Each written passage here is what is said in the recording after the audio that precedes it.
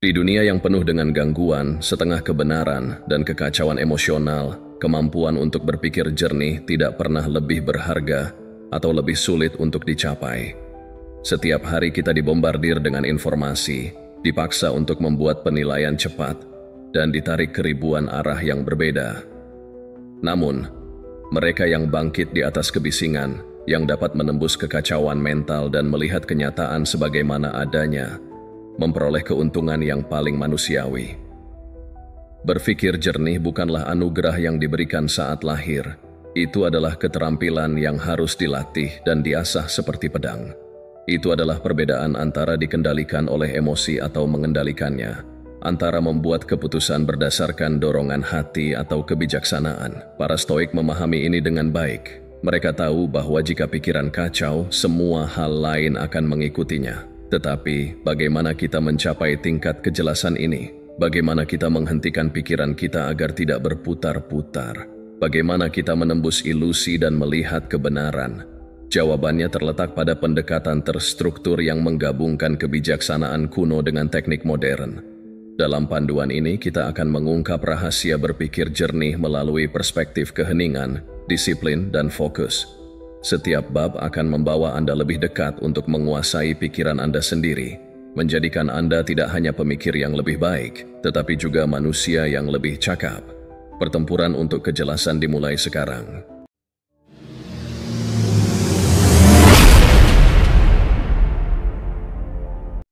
Bab 1. Kekuatan pikiran yang tenang. Kaum Stoik memahami bahwa pikiran yang tenang dan terkumpul adalah fondasi pemikiran yang jernih. Ketika pikiran kita panik, penilaian kita menjadi kabur dan keputusan kita menjadi reaktif. Kemampuan untuk menenangkan pikiran bukanlah kemewahan, itu adalah suatu kebutuhan. Pikiran yang berantakan seperti lautan yang penuh badai. Bayangkan mencoba menavigasi kapal di tengah ombak yang menghantam dan angin kencang. Hampir mustahil untuk melihat jalan di depan. Namun ketika laut tenang, setiap batu dan karang terlihat, memungkinkan gerakan yang tepat dan disengaja. Kejelasan bukanlah tentang memiliki semua jawaban, tetapi tentang menciptakan lingkungan batin di mana jawaban yang benar dapat muncul. Salah satu cara untuk menumbuhkan pikiran yang tenang adalah melalui pernapasan yang terkendali. Ketika kewalahan, tarik napas perlahan selama 4 detik, tahan selama 4 detik, lalu hembuskan selama 4 detik. Teknik ini memperlambat detak jantung dan memberi sinyal pada tubuh untuk rileks, membersihkan ruang untuk pikiran rasional. Bernapas adalah jembatan antara tubuh dan pikiran, dan menguasainya memungkinkan kita untuk mengendalikan kondisi mental kita. Cobalah teknik pernapasan kotak. Tarik napas selama 4 detik, tahan selama 4 detik, hembuskan selama 4 detik, dan tahan lagi selama 4 detik. Ulangi siklus ini setidaknya selama beberapa menit dan amati bagaimana pikiran Anda yang berpacu mulai tenang. Banyak orang mungkin tidak tertarik untuk menulis jurnal pribadi. Mereka mungkin merasa bahwa jurnal tidak berguna atau berdampak, atau bahwa itu bukan untuk mereka. Namun, mereka harus menyadari bahwa untuk menjadi seorang stoik sejati dan mencapai transformasi positif sejati, jurnal adalah salah satu alat yang paling efektif dan kuat untuk mengambil kendali dan mengendalikan pikiran. Tindakan jurnal bukan hanya tentang mencatat peristiwa atau melampiaskan emosi. Itu adalah praktik pemeriksaan diri dan penyempurnaan pikiran.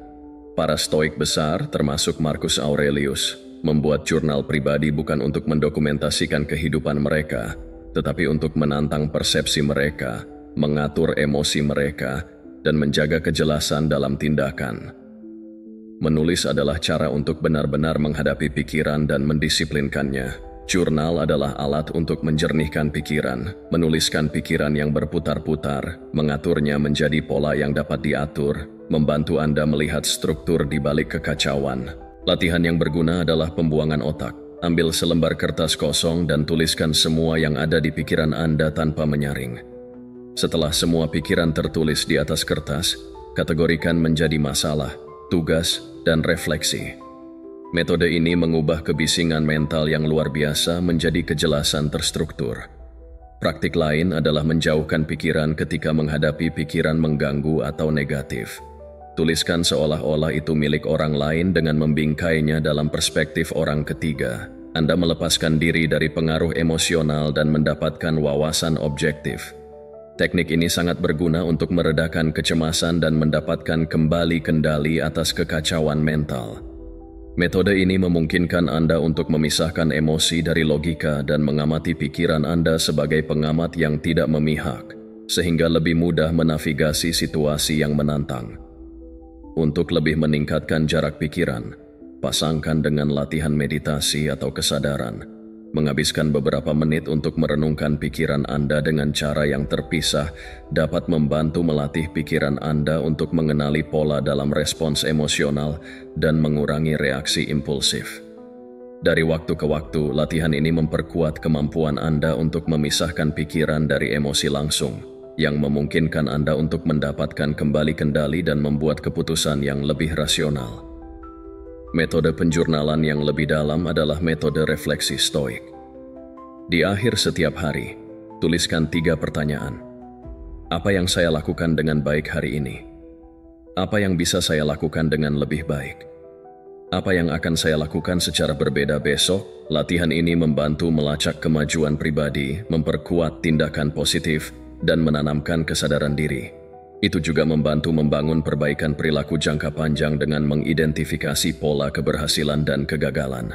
Untuk pendekatan yang lebih komprehensif, perluas praktik ini dengan menuliskan tantangan-tantangan spesifik yang Anda hadapi sepanjang hari dan merenungkan bagaimana Anda dapat menanganinya dengan lebih efektif menggunakan prinsip-prinsip stoik. Jurnal berfungsi sebagai alat untuk memperkuat pembelajaran. Ketika terlibat dengan ide-ide baru, menuliskannya memaksa Anda untuk memproses, mengklarifikasi, dan menginternalisasikannya. Banyak pemikir terhebat dalam sejarah adalah pengambil catatan yang berdedikasi karena mereka memahami bahwa menulis menyempurnakan pemikiran.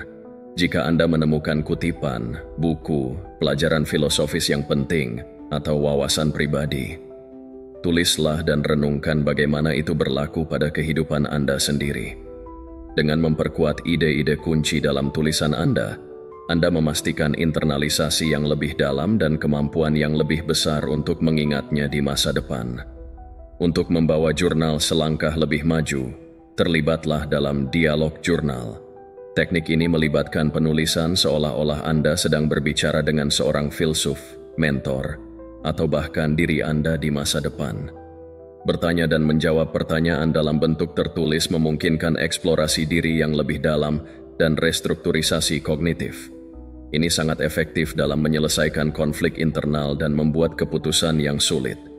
Menumbuhkan pikiran yang tenang bukanlah tentang menghilangkan pikiran, tetapi tentang mengelolanya secara efektif. Ketika pikiran tenang, kebijaksanaan dan kejelasan muncul secara alami.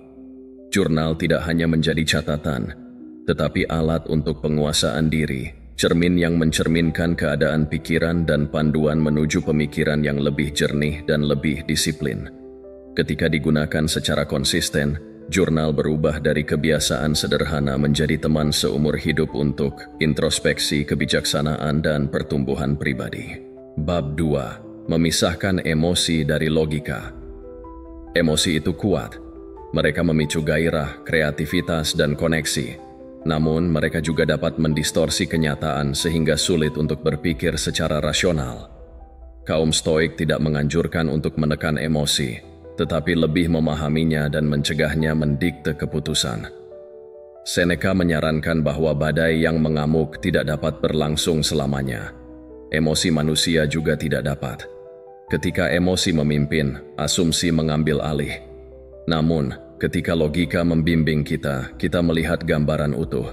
Ini berlaku untuk semua aspek kehidupan, interaksi kita, hubungan, dan frustrasi sehari-hari. Kita sering menilai situasi terlalu cepat, membentuk opini sebelum kita memiliki semua fakta, dan emosi memperburuk kecenderungan ini. Pendekatan yang lebih komprehensif untuk menangani emosi adalah dengan menerapkan metode jeda dan menilai.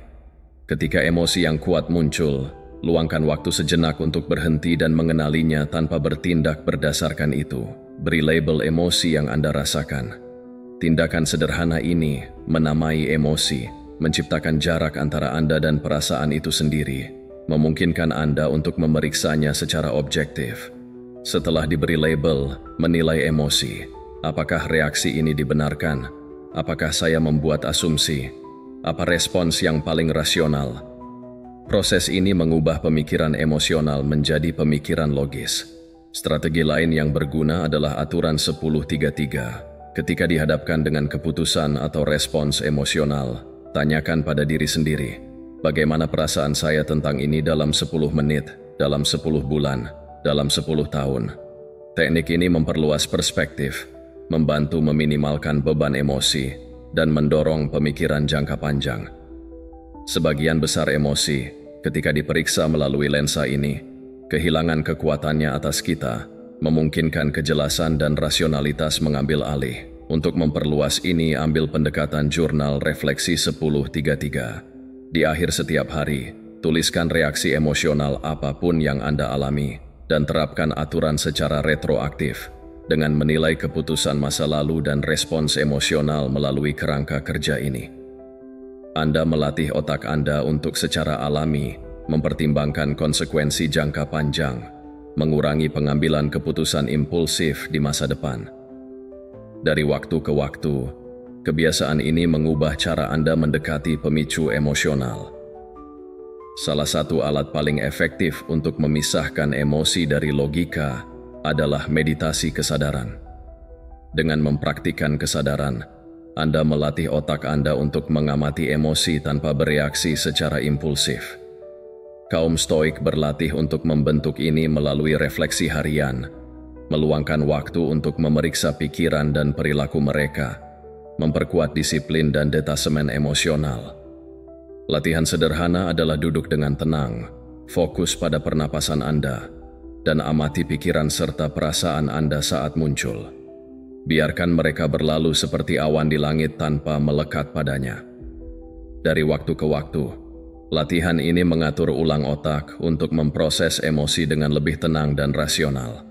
Dengan menguasai teknik-teknik ini, kita mendapatkan kembali kendali atas emosi kita, yang memungkinkan logika dan alasan untuk membimbing kita daripada reaksi impulsif.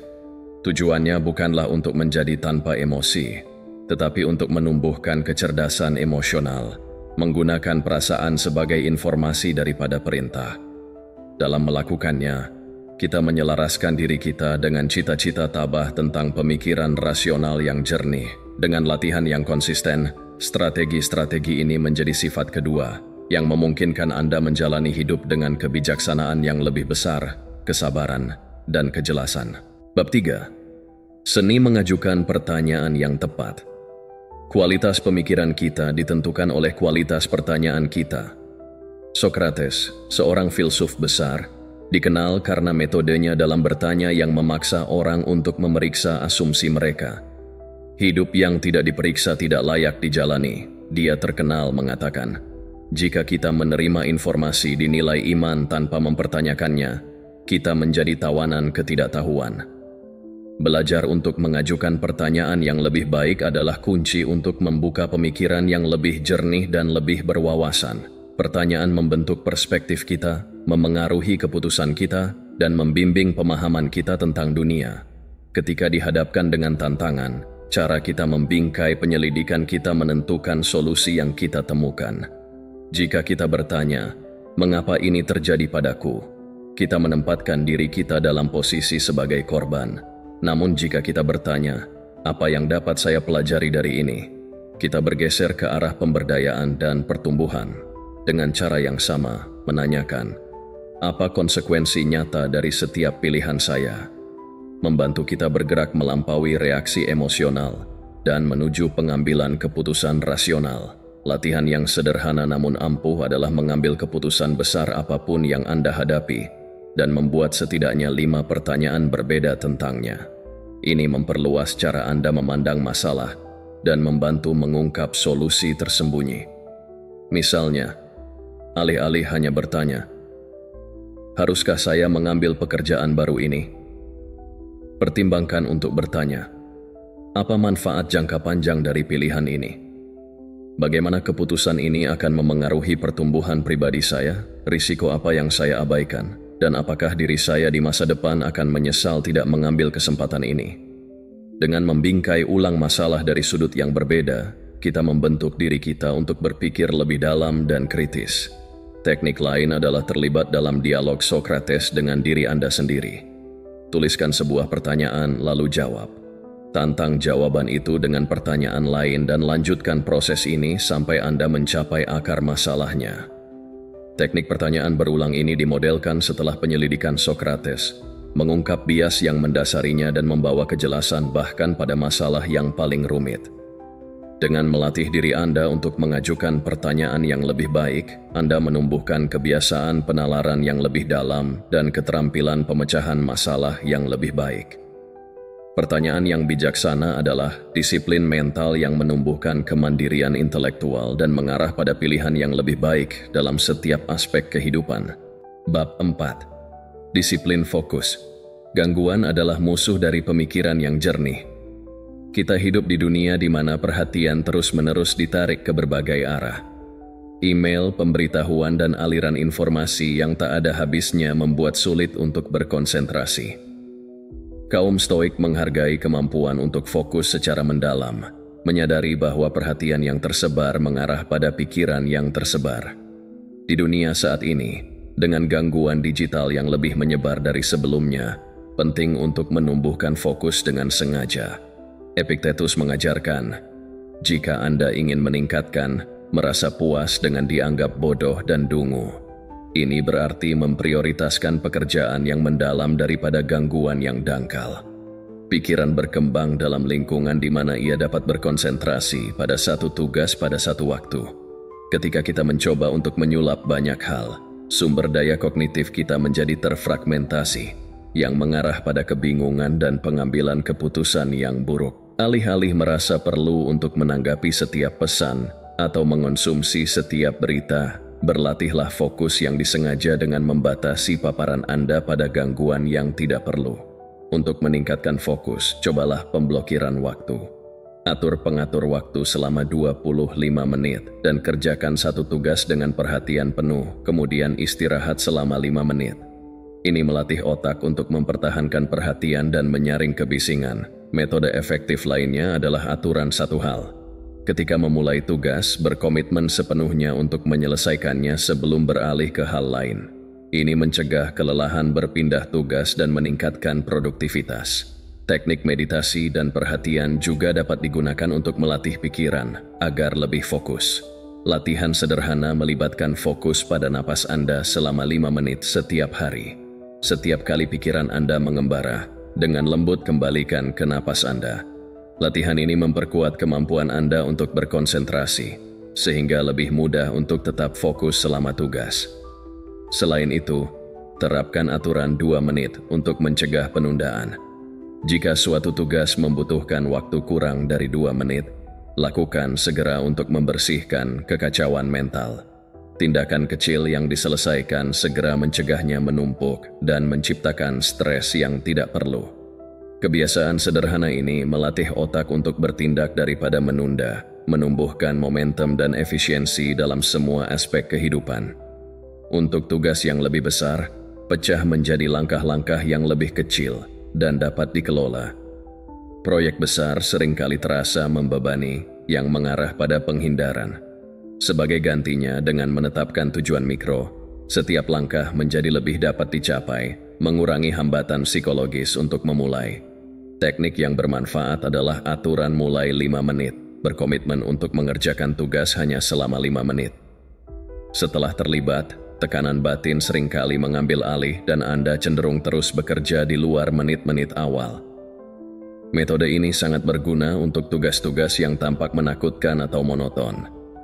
Teknik efektif lainnya adalah Deep Work Sprint. Sisihkan 60 hingga 90 menit kerja bebas gangguan, di mana Anda fokus pada satu tugas kompleks. Untuk meningkatkan ini, gunakan sistem penghargaan fokus. Setelah menyelesaikan sesi kerja mendalam, hadiahi diri Anda dengan istirahat sejenak atau aktivitas yang menyenangkan. Ini mengondisikan otak untuk mengaitkan fokus mendalam dengan penguatan positif, sehingga lebih mudah untuk mempertahankan disiplin jangka panjang. Mengembangkan disiplin fokus membutuhkan upaya sadar, tetapi seiring waktu, itu menjadi sifat kedua. Salah satu cara terbaik untuk memperkuat fokus adalah dengan membuat audit perhatian pribadi. Lacak gangguan harian Anda dan nilai berapa banyak waktu yang hilang untuk mereka. Kesadaran ini membantu Anda menerapkan strategi proaktif untuk meminimalkan gangguan dan mengoptimalkan produktivitas. Selain itu, kembangkan kebiasaan refleksi malam, di mana Anda menganalisis apa yang berhasil dengan baik dalam hal fokus dan apa yang perlu ditingkatkan. Menyempurnakan pendekatan Anda secara konsisten akan mengarah pada disiplin mental dan efisiensi yang lebih besar.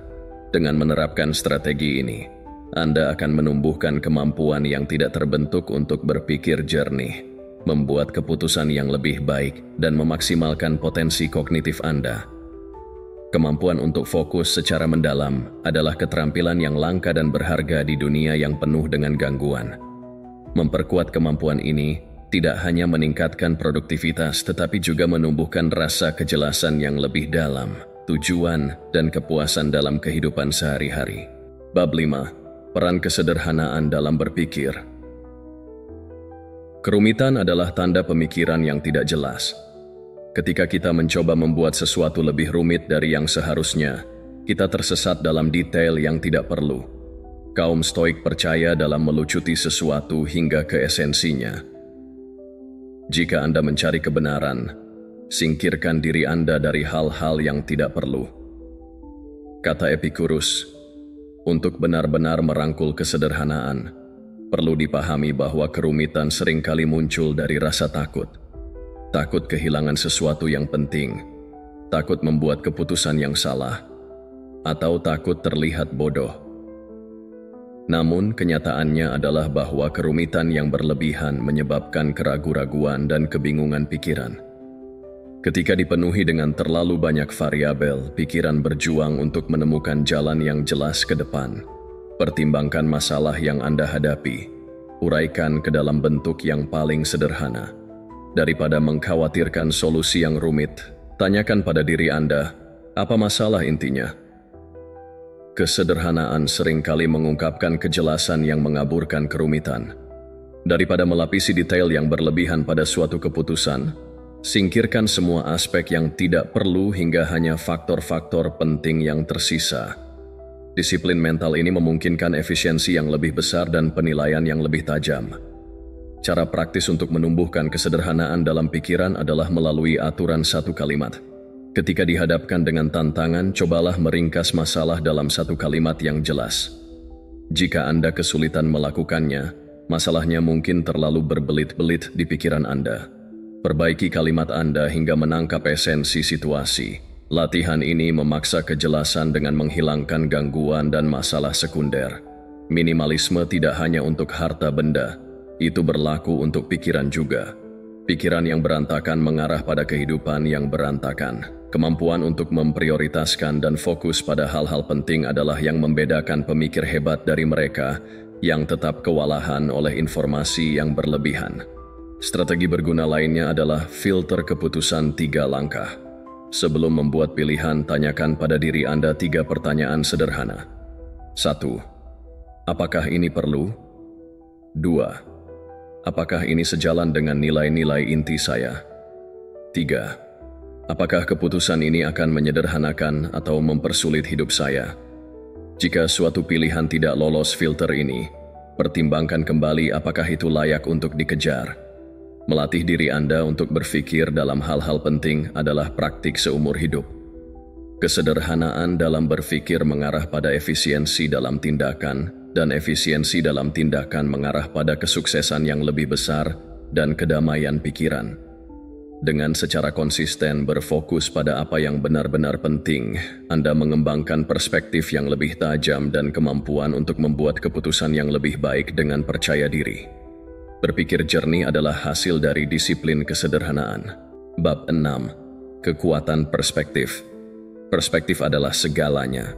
2 orang dapat mengalami peristiwa yang sama, namun menafsirkan itu berbeda. Penundaan lalu lintas dapat dilihat sebagai ketidaknyamanan atau kesempatan untuk mendengarkan buku audio. Bagaimana kita membingkai situasi menentukan bagaimana kita merespons. Cara kita memandang suatu peristiwa membentuk emosi, pikiran, dan tindakan kita selanjutnya, yang seringkali menciptakan ketahanan atau tekanan. Marcus Aurelius mendorong untuk melihat rintangan sebagai peluang. Jika kita mengubah perspektif kita mengubah pemikiran kita. Ketika menghadapi kesulitan, melihatnya sebagai kesempatan untuk belajar dan tumbuh daripada sebagai hambatan, membantu menumbuhkan ketahanan mental. Daripada berkutat pada kemunduran, melihatnya sebagai pelatihan penting untuk pikiran, menyempurnakan kesabaran, daya tahan, dan kekuatan karakter. Pikiran beradaptasi dengan tantangan ketika dilatih untuk melihatnya sebagai pelajaran daripada kemalangan.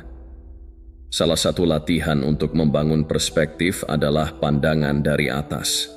Bayangkan diri Anda bangkit di atas situasi Anda saat ini. Lihat diri Anda sebagai sosok kecil di dunia yang luas. Menyadari ketidakpentingan sebagian besar masalah, membawa kejelasan dan kedamaian mental. Bayangkan diri Anda dari pandangan mata burung, kemudian perbesar lebih jauh. Melihat kota Anda, kemudian negara Anda, kemudian seluruh planet. Visualisasi ini mengingatkan kita bahwa perjuangan kita bersifat sementara dan relatif kecil dalam skema besar keberadaan.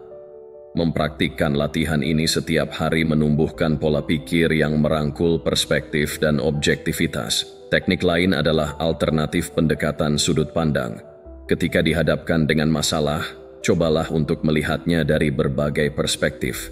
Bagaimana seorang mentor yang bijak akan melihat ini? Bagaimana diri Anda di masa depan akan mengevaluasi situasi ini dalam 10 tahun? Bagaimana seorang pengamat yang sepenuhnya netral akan menafsirkan apa yang terjadi? Mempraktikkan bentuk fleksibilitas kognitif ini memungkinkan Anda untuk melepaskan diri dari sudut pandang yang sempit dan mempertimbangkan implikasi yang lebih luas, mengurangi gejolak emosional, dan menumbuhkan rasionalitas. Cara terstruktur untuk menerapkan pendekatan ini adalah dengan menuliskan masalah dan membuat daftar setidaknya 5 perspektif yang berbeda. Bandingkan untuk mengidentifikasi respons yang paling seimbang. Memperluas perspektif juga melibatkan paparan sadar terhadap pandangan dunia yang berbeda. Terlibat dalam diskusi dengan mereka yang menantang keyakinan Anda, membaca beragam literatur, atau bepergian ke budaya yang berbeda. Pengalaman seperti itu memperluas pikiran, membantu melarutkan pemikiran yang kaku, dan memperkuat ketangkasan kognitif. Membenamkan diri dalam lingkungan yang kontras dengan Anda sendiri memberikan wawasan yang sangat berharga, memungkinkan Anda untuk mengevaluasi situasi dengan peningkatan kedalaman dan kecanggihan. Untuk mengambil perspektif lebih jauh, berlatihlah retrospeksi masa depan. Metode ini melibatkan menempatkan diri Anda secara mental beberapa tahun ke depan dan melihat kembali tantangan Anda saat ini seolah-olah itu adalah ingatan yang jauh. Melakukan ini membantu menyaring beban emosi yang cepat berlalu dan membawa kejelasan pada apa yang benar-benar penting. Teknik ini telah digunakan oleh beberapa pemikir dan pengambil keputusan terhebat untuk menjaga perspektif. Fokus jangka panjang yang rasional juga dapat dilatih melalui refleksi rasa syukur. Membuat jurnal tentang hal-hal yang Anda syukuri setiap hari membantu mengatur ulang otak untuk mengenali aspek-aspek positif bahkan dalam keadaan sulit. Pikiran, ketika dikondisikan untuk mencari rasa syukur, menemukan optimisme dan harapan dalam situasi yang mungkin tampak suram. Pada akhirnya, kekuatan perspektif terletak pada kemampuannya untuk mengubah realitas kita. Ketika kita melatih diri kita untuk membingkai ulang kesulitan sebagai batu loncatan dan memilih interpretasi yang memberdayakan daripada melemahkan, kita mendapatkan kendali atas lanskap mental kita. Mengadopsi perspektif yang lebih luas mengarah pada pemikiran yang lebih jernih, pengambilan keputusan yang lebih baik, dan rasa kedamaian batin yang lebih besar. Menguasai perspektif bukanlah proses semalam, tetapi dengan upaya yang konsisten. Itu menjadi respons otomatis yang membentuk pikiran yang lebih tangguh dan berwawasan. Bab 7. kekuatan asupan informasi yang terkendali. Tidak semua informasi berharga. Dunia modern membombardir kita dengan konten yang sebagian besar tidak relevan atau menyesatkan. Pemikir yang jernih menjaga pikiran mereka terhadap masukan yang tidak berguna, mengetahui bahwa konsumsi yang tidak terkendali dapat menyebabkan kebingungan, gangguan, dan kelelahan mental. Di era konten digital tanpa batas, menjadi selektif tentang apa yang memasuki pikiran Anda adalah salah satu cara paling kuat untuk menumbuhkan kejelasan. Seneca memperingatkan agar tidak mengonsumsi terlalu banyak informasi tanpa kebijaksanaan. Kita lebih menderita dalam imajinasi daripada dalam kenyataan. Berita, media sosial, dan gosip mengacaukan pikiran dan mendistorsi pemikiran. Jika Anda mengonsumsi semua hal, Anda memikirkan semua hal kecuali yang penting. Kekacauan mental sama berbahayanya dengan kekacauan fisik. Itu menguras fokus, mengurangi efisiensi, dan menyebabkan kelelahan pengambilan keputusan.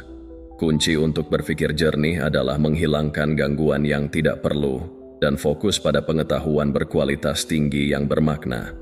Untuk menyaring informasi, praktikkan tes 3 gerbang sebelum menerima sesuatu. Tanyakan, apakah itu benar? Apakah itu perlu? Apakah itu membantu? Jika tidak, buang. Jika sebuah artikel, video, atau percakapan tidak memberikan nilai, jangan biarkan itu menempati ruang mental Anda. Sebaliknya, jadilah intensional tentang apa yang Anda konsumsi dengan memilih sumber yang selaras dengan pertumbuhan pribadi dan keingintahuan intelektual Anda. Buat batasan informasi. Tetapkan waktu tertentu untuk mengonsumsi konten dan hindari doom scrolling. Tetapkan batasan pada penggunaan media sosial dan adopsi praktik declutter digital, di mana Anda menghapus aplikasi dan akun yang tidak penting yang menambah sedikit nilai. Sama seperti kita mengatur pola makan kita untuk kesehatan fisik, kita harus mengatur asupan informasi kita untuk kejelasan mental. Kembangkan kebiasaan membaca yang mendalam daripada membaca sekilas tajuk berita yang tak ada habisnya dan media sosial yang terfragmentasi. Berkomitmenlah untuk membaca buku, esai, dan artikel bentuk panjang yang membutuhkan konsentrasi dan pemikiran kritis. Ini tidak hanya meningkatkan pemahaman, tetapi juga memperkuat daya tahan kognitif. Membaca secara mendalam daripada membaca secara luas memastikan bahwa Anda membangun pengetahuan daripada mengumpulkan kebisingan. Strategi ampuh lainnya adalah mempraktikkan puasa input. Sisihkan 1 hari atau beberapa jam setiap minggu di mana Anda menahan diri dari mengonsumsi informasi baru. Tidak ada berita, tidak menggulir. Sebaliknya, habiskan waktu itu untuk berefleksi, menulis atau terlibat dalam pemecahan masalah yang kreatif. Ini mengatur ulang pikiran Anda, memungkinkan Anda untuk memproses pengetahuan yang ada secara lebih efektif daripada terus-menerus membanjiri dengan masukan baru. Selain itu, mempraktikkan metode paparan selektif dapat membantu memperbaiki pola informasi Anda. Ini berarti secara sengaja mengatur apa yang Anda paparkan ke pikiran Anda. Memilih hanya sumber yang bermanfaat secara intelektual dan emosional. Membatasi paparan berita sensasional, gosip, dan perdebatan di media sosial akan membebaskan bandwidth mental untuk pemikiran yang lebih dalam dan lebih bermakna. Pengejaran untuk meningkatkan retensi dan pemahaman menggunakan teknik penguatan pengetahuan ini melibatkan meringkas poin-poin utama dari apa yang Anda baca atau pelajari dan mendiskusikannya dengan orang lain. Mengajar atau menjelaskan suatu konsep memperkuat pemahaman Anda dan memastikan bahwa informasi yang berguna tetap menjadi yang teratas dalam pikiran. Pendekatan lain adalah strategi konsumsi reflektif. Daripada menyerap informasi secara pasif, buat catatan, tulis refleksi, atau buat langkah tindakan berdasarkan pengetahuan baru. Tanyakan pada diri Anda sendiri bagaimana informasi ini berlaku untuk hidup saya dan tindakan apa yang dapat saya ambil untuk menerapkan wawasan ini. Keterlibatan aktif ini mengubah pengetahuan menjadi kebijaksanaan. Misalnya, video yang Anda tonton sekarang dapat menjadi alat yang lebih ampuh untuk perbaikan diri. Jika Anda mencatat informasi spesifik, strategi, atau wawasan filosofis yang beresonansi dengan Anda, terlibat secara aktif dengan materi daripada mengonsumsinya secara pasif membantu memperkuat pengetahuan dan mendorong refleksi yang lebih dalam. Inilah mengapa saya mendorong semua orang untuk mencatat. bahkan jika itu hanya beberapa baris per pelajaran untuk refleksi nanti. Anda akan terkejut dengan betapa kuat dan efektifnya praktik sederhana ini dalam memperkuat pembelajaran dan memperdalam pemahaman Anda.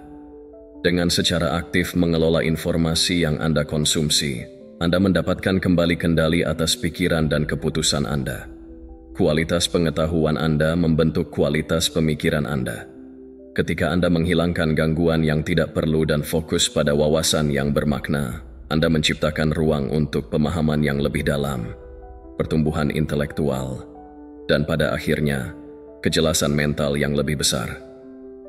Mengembangkan kebiasaan ini memastikan bahwa pikiran Anda tetap tajam, fokus, dan tangguh di zaman kebisingan yang luar biasa. Bab 8. Kekuatan detasemen. Keterikatan emosional mengaburkan penilaian. Ketika kita terlalu dekat dengan suatu situasi, kita berjuang untuk melihatnya secara objektif. Kaum Stoik mempraktikkan detasemen, bukan dengan cara yang dingin dan tidak berperasaan, tetapi sebagai sarana untuk melihat segala sesuatunya dengan jelas. Mereka memahami bahwa emosi, meskipun berharga, tidak boleh mendikte penalaran kita atau mengaburkan penilaian kita. Detasemen tidak berarti ketidakpedulian, tetapi lebih merupakan kemampuan untuk memisahkan perasaan dari fakta untuk membuat keputusan yang lebih baik. Epicurus menyarankan, jangan menjelaskan filosofi Anda, wujudkan itu. Detasemen tidak berarti pelepasan, tetapi lebih menciptakan ruang antara emosi dan keputusan. Ketika kita bertindak impulsif, didorong oleh emosi yang kuat, kita sering menyesali pilihan kita kemudian. Menumbuhkan detasemen memungkinkan kita untuk mengevaluasi situasi secara logis, yang mengarah pada tindakan yang lebih bijaksana dan lebih disengaja. Mempraktikkan ini setiap hari membantu membangun ketahanan, disiplin diri, dan rasa kendali batin. Cara praktis untuk mempraktikkan detasemen adalah latihan orang ketiga. Bayangkan menasihati seorang teman yang menghadapi situasi Anda. Perubahan perspektif ini menghilangkan bias emosional yang memungkinkan pemikiran yang lebih jelas. Dengan melangkah keluar dari diri kita sendiri, kita melepaskan keterikatan pribadi dan mendapatkan pandangan objektif. Teknik ini sangat membantu di saat-saat frustrasi, kecemasan, atau kemarahan, memungkinkan kita untuk melihat sesuatu dari sudut pandang rasional alih-alih bereaksi secara emosional. Strategi efektif lainnya adalah metode perjalanan waktu.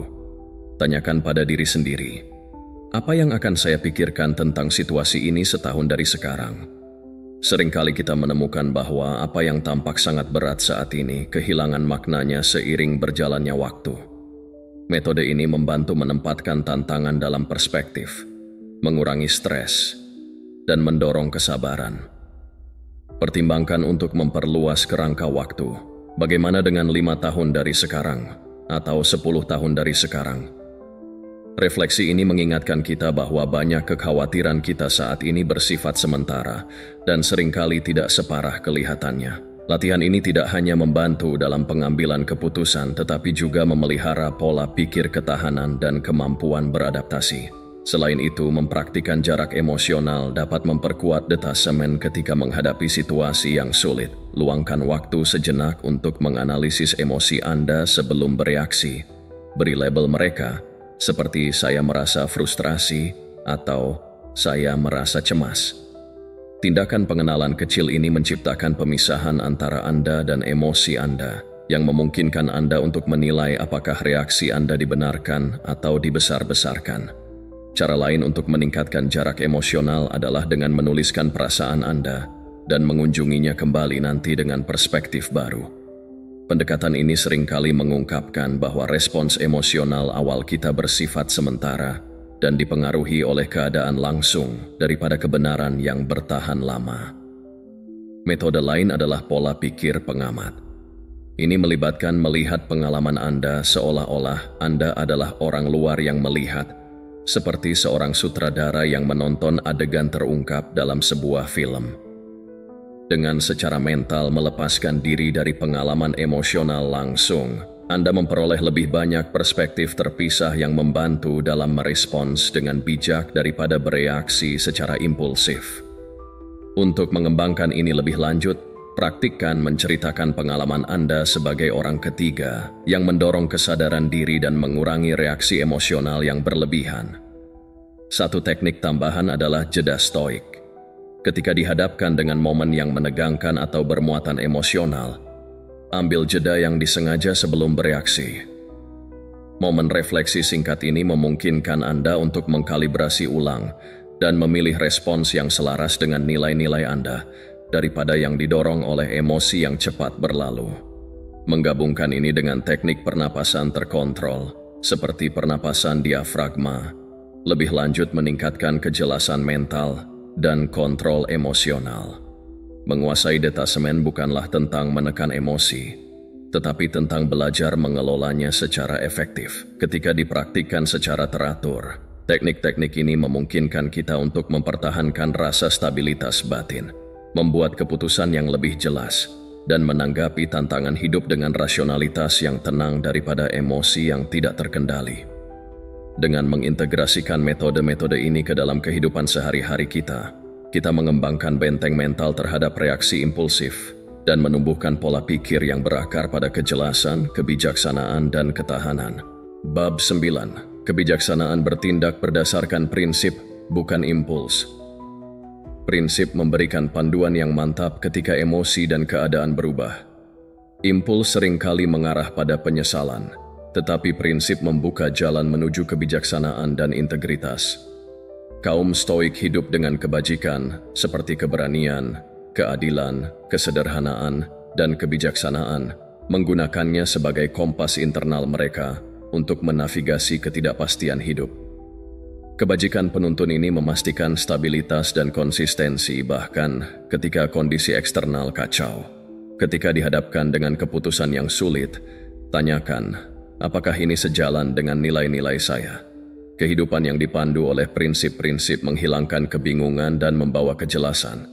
Setiap pilihan, besar atau kecil, harus diukur terhadap kerangka moral yang telah Anda buat untuk diri sendiri. Dengan melakukan hal itu, Anda menghilangkan keraguan-raguan dan keraguan, menggantinya dengan keyakinan pada pilihan Anda. Kembangkan kompas keputusan, yaitu seperangkat nilai-nilai inti yang memandu pilihan Anda ketika tidak pasti. Rujuk kompas Anda. Itu membuat Anda berlabuh di saat-saat keraguan. Untuk memperkuat alat ini, tuliskan prinsip-prinsip inti Anda dan perbaiki dari waktu ke waktu.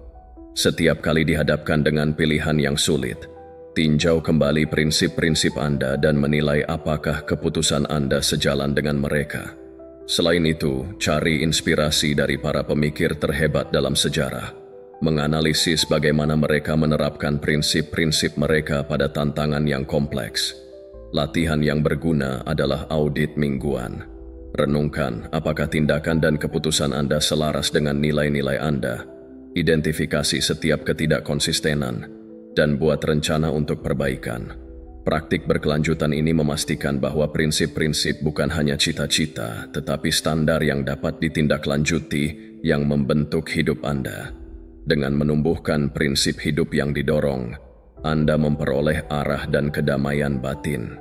Ketika Anda bertindak selaras dengan nilai-nilai Anda, keadaan eksternal memiliki lebih sedikit kekuatan atas keadaan pikiran Anda, yang memungkinkan Anda untuk menghadapi tantangan dengan percaya diri dan kejelasan yang tak tergoyahkan. Bab 10. Seni fleksibilitas mental. Fleksibilitas mental adalah komponen penting dari berpikir jernih, kemampuan untuk beradaptasi, menilai kembali, dan menyesuaikan keyakinan serta keputusan seseorang dalam menanggapi bukti baru adalah ciri kekuatan intelektual. Kekakuan dalam berpikir dapat menyebabkan penilaian yang buruk, peluang yang hilang, dan penderitaan yang tidak perlu. Kaum Stoik memahami kekuatan adaptasi, mengetahui bahwa perubahan adalah bagian tak terelakkan dari kehidupan, dan bahwa kebijaksanaan sejati terletak pada kemampuan untuk menyesuaikan diri daripada menolak. Pikiran yang fleksibel memungkinkan kita untuk menavigasi ketidakpastian dengan percaya diri.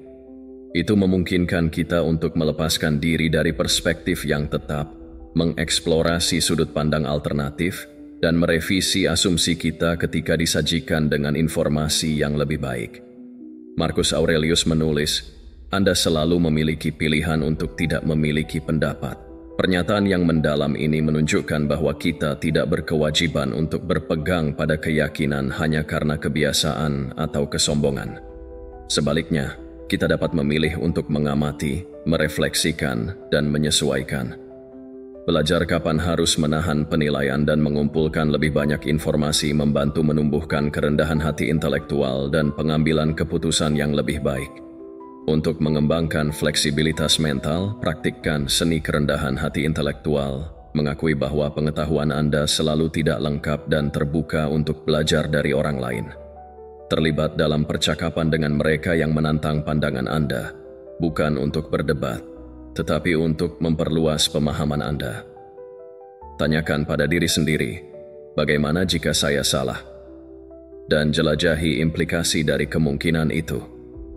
Latihan sederhana ini mencegah kekakuan kognitif dan mendorong pertumbuhan pribadi. Pertimbangkan untuk terlibat dalam penyelidikan diri, di mana Anda dengan sengaja mempertanyakan keyakinan Anda yang dipegang teguh dan menganalisis bagaimana mereka telah membentuk keputusan masa lalu Anda. Teknik efektif lainnya adalah membingkai ulang masalah. Ketika dihadapkan dengan tantangan, alih-alih melihatnya sebagai hambatan, pandanglah sebagai kesempatan untuk belajar. Tanyakan, bagaimana situasi ini dapat menguntungkan saya? Dengan mengubah perspektif Anda mengubah kesulitan menjadi pengalaman berharga yang berkontribusi pada ketahanan mental dan kemampuan beradaptasi Anda. Selain itu, mempraktikkan ketangkasan mental dengan melihat tantangan dari berbagai perspektif dapat meningkatkan kreativitas dan kemampuan memecahkan masalah. Cobalah mengadopsi sudut pandang seorang mentor, orang luar, atau bahkan lawan untuk memperluas perspektif Anda dan mendapatkan wawasan yang lebih dalam. Mempraktikkan fleksibilitas kognitif juga melibatkan merangkul paradoks. Banyak situasi dalam hidup tidak sepenuhnya hitam atau putih, tetapi mengandung nuansa kompleksitas. Dengan belajar untuk menjaga ide-ide yang bertentangan dalam keseimbangan dan menoleransi ketidakpastian, Anda memperluas kapasitas intelektual Anda dan menjadi lebih mudah beradaptasi dalam lingkungan yang dinamis. Pertimbangkan untuk mengadopsi pola pikir bahwa Anda dapat percaya diri dengan pengetahuan Anda sambil tetap terbuka terhadap wawasan baru. Kembangkan kebiasaan berpikir dalam probabilitas daripada yang absolut. Kenali bahwa beberapa hal dalam hidup sepenuhnya pasti dan sebagai gantinya menilai situasi berdasarkan kemungkinan dan risiko. Pola pikir ini memungkinkan pemikiran strategis yang lebih bernuansa dan mengurangi gejolak emosional yang disebabkan oleh ekspektasi yang kaku. Mempraktikkan pemikiran probabilistik membantu mencegah rasa percaya diri yang berlebihan dalam keputusan dan mempromosikan penilaian risiko yang lebih baik. Cara lain untuk meningkatkan fleksibilitas mental adalah melalui paparan terhadap berbagai ide dan disiplin ilmu. Membaca buku di luar zona nyaman Anda, terlibat dengan budaya yang berbeda, dan mencari perspektif dari berbagai bidang studi memperluas kemampuan adaptasi kognitif. Paparan yang disengaja terhadap konsep baru meregangkan pikiran sehingga lebih mampu mengintegrasikan sudut pandang yang berbeda dan menyesuaikan diri dengan informasi baru dengan mudah. Dengan merangkul fleksibilitas mental, Anda memperkuat kapasitas Anda untuk berpikir jernih. Anda menjadi kurang reaktif, lebih berpikiran terbuka, dan lebih siap untuk menangani kompleksitas hidup. Kemampuan ini memungkinkan Anda untuk menjauh dari reaksi impulsif, menganalisis situasi secara objektif, dan membuat keputusan yang lebih tepat. Saat Anda melatih keterampilan ini, Anda akan melihat peningkatan kemampuan untuk menoleransi ambiguitas dan menyesuaikan perspektif Anda berdasarkan bukti baru dan perubahan keadaan. Dengan latihan, kemampuan beradaptasi ini menjadi sifat kedua, memberdayakan Anda untuk menanggapi tantangan dengan kebijaksanaan, ketahanan, dan kejelasan. Pikiran yang fleksibel bukan hanya alat untuk pertumbuhan pribadi, tetapi aset utama dalam pengambilan keputusan, pemecahan masalah, dan komunikasi yang efektif. Kemampuan untuk membingkai ulang kemunduran sebagai peluang untuk berputar ketika diperlukan dan tetap terbuka terhadap perspektif baru akan membantu Anda menavigasi tantangan pribadi dan profesional dengan lebih mudah. Kelincahan mental menumbuhkan pemikiran kreatif yang memungkinkan Anda mengembangkan solusi inovatif dalam skenario yang kompleks dan tetap tenang di bawah tekanan. Lebih jauh lagi, fleksibilitas mental memungkinkan manajemen hubungan yang lebih baik. Ketika Anda dapat melihat situasi dari berbagai sudut pandang, Anda meningkatkan kemampuan Anda untuk berempati, berunding, dan menyelesaikan konflik secara efektif. Daripada terjebak oleh pola pikir yang kaku, Anda mengembangkan kemampuan untuk mendengarkan secara aktif, mempertimbangkan ide-ide alternatif, dan berkolaborasi lebih efisien dengan orang lain. Semakin Anda menyempurnakan keterampilan ini, semakin mudah Anda akan menavigasi lanskap kehidupan yang berubah. Mengubah ketidakpastian menjadi peluang untuk pemahaman dan kesuksesan yang lebih dalam. Dengan menumbuhkan pola pikir adaptif, Anda menjadi lebih tangguh dalam menghadapi perubahan dan mengembangkan kemampuan untuk berkembang di lingkungan yang tidak dapat diprediksi. Pada akhirnya, fleksibilitas mental mengarah pada peningkatan kecerdasan emosional, pengambilan keputusan yang lebih tajam, keterampilan dan rasa kebebasan pribadi serta intelektual yang lebih besar. Bab 11. Tujuan akhir, menguasai pikiran Anda sendiri. Berpikir jernih bukanlah tentang memiliki pikiran yang sempurna, tetapi tentang menguasainya. Pikiran dapat dilatih seperti otot melalui disiplin, latihan, dan kesadaran diri. Kejelasan menjadi cara hidup. Penguasaan ini membutuhkan upaya yang konsisten, kemauan untuk menantang asumsi, dan kesabaran untuk memperbaiki kebiasaan mental dari waktu ke waktu. Perjalanan menuju berpikir jernih bukanlah proses pasif. Itu menuntut keterlibatan aktif dan latihan yang disengaja. Penguasaan sejati datang ketika Anda menyadari bahwa berpikir jernih bukanlah pencapaian satu kali, tetapi seumur hidup. Mengejar setiap momen menghadirkan kesempatan untuk melatih pikiran untuk berhenti sejenak, merenungkan, dan memilih dengan bijaksana. Dengan mengembangkan kebiasaan yang meningkatkan objektivitas, logika, dan kesadaran diri, Anda memperoleh kemampuan untuk menavigasi tantangan hidup dengan percaya diri. Kemampuan ini memungkinkan Anda untuk bereaksi dengan tenang dalam krisis, membuat keputusan yang dipikirkan dengan matang, dan mendekati masalah dengan pola pikir analitis daripada respons yang murni emosional. Salah satu cara paling efektif untuk mempertahankan kejelasan adalah dengan menumbuhkan rutinitas penyempurnaan mental. Terlibat dalam refleksi teratur, baik melalui jurnal, meditasi, atau kontemplasi filosofis. Pertanyakan pikiran dan keyakinan Anda, memastikan mereka selaras dengan akal dan kebenaran daripada emosi yang cepat berlalu atau tekanan masyarakat. Pandangan mental harian, di mana Anda menganalisis tindakan dan pikiran Anda sepanjang hari, dapat mengungkapkan pola yang mendukung atau menghalangi pemikiran yang jernih. Menyesuaikan pola pikir Anda berdasarkan wawasan ini memupuk peningkatan berkelanjutan. Selain itu, mempraktikkan teknik visualisasi seperti latihan mental tantangan dan cara mengatasinya secara rasional dapat memperkuat disiplin mental. Selain itu, mempraktikkan disiplin mental dengan menghilangkan gangguan dan memprioritaskan pemikiran yang terfokus secara mendalam. Kemampuan untuk menyaring informasi, mengenali bias, dan menerapkan kebijaksanaan untuk pengambilan keputusan adalah ciri pikiran yang terlatih dengan baik di dunia yang penuh dengan kebisingan. Menguasai kemampuan untuk menyaring masukan yang tidak perlu sangat penting. Sisihkan waktu untuk pekerjaan mendalam, bebas dari gangguan, dan latih diri Anda untuk fokus pada apa yang benar-benar penting. Gunakan teknik seperti metode Pomodoro atau praktik kesadaran untuk membangun daya tahan kognitif. Menciptakan lingkungan yang terstruktur, seperti ruang kerja khusus dengan gangguan minimal, dapat lebih meningkatkan konsentrasi dan kejelasan mental. Kelilingi diri Anda dengan pengetahuan yang mempertajam kecerdasan Anda daripada mengacaukannya. Cari percakapan dan literatur yang menantang Anda untuk berpikir kritis, dan perhatikan bagaimana pengaruh eksternal membentuk persepsi Anda. Hindari konsumsi media yang tidak masuk akal dan sebaliknya fokus pada materi yang memperkaya Anda.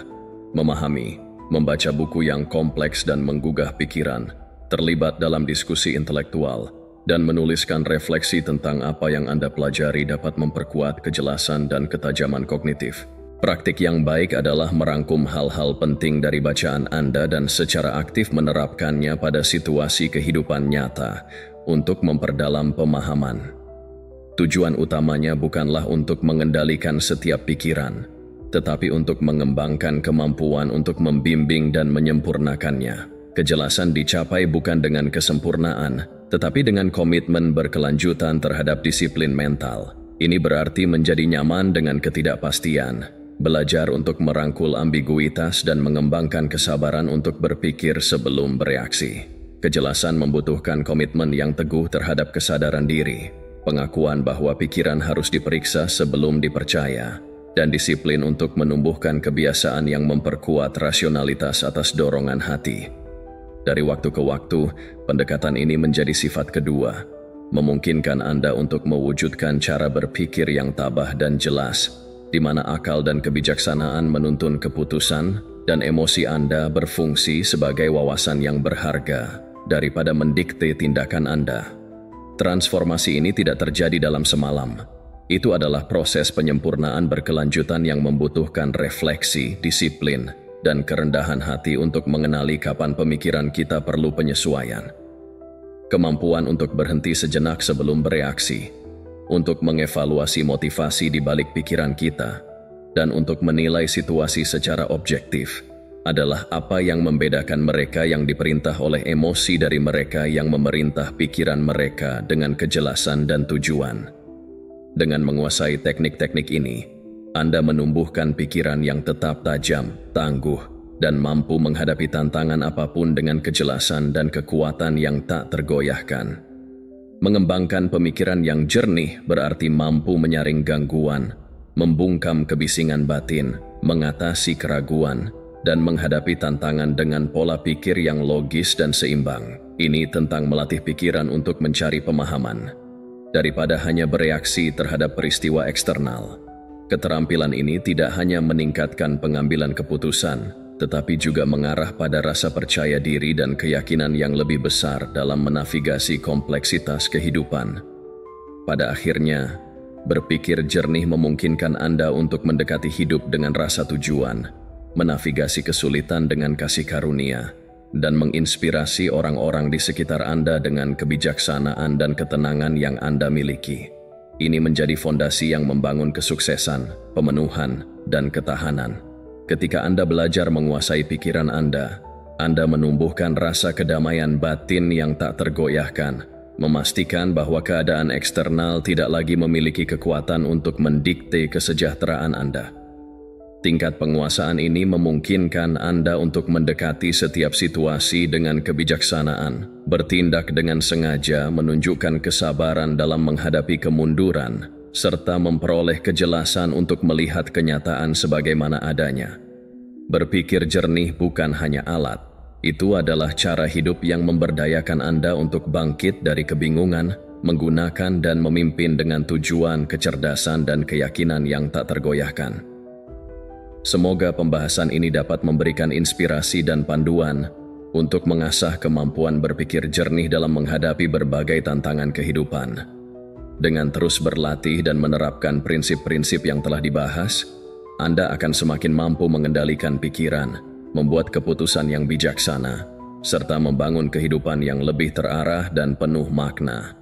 Terima kasih sudah menonton. Jangan lupa untuk like, share, dan subscribe agar tidak ketinggalan konten-konten inspiratif lainnya. Sampai jumpa di video berikutnya.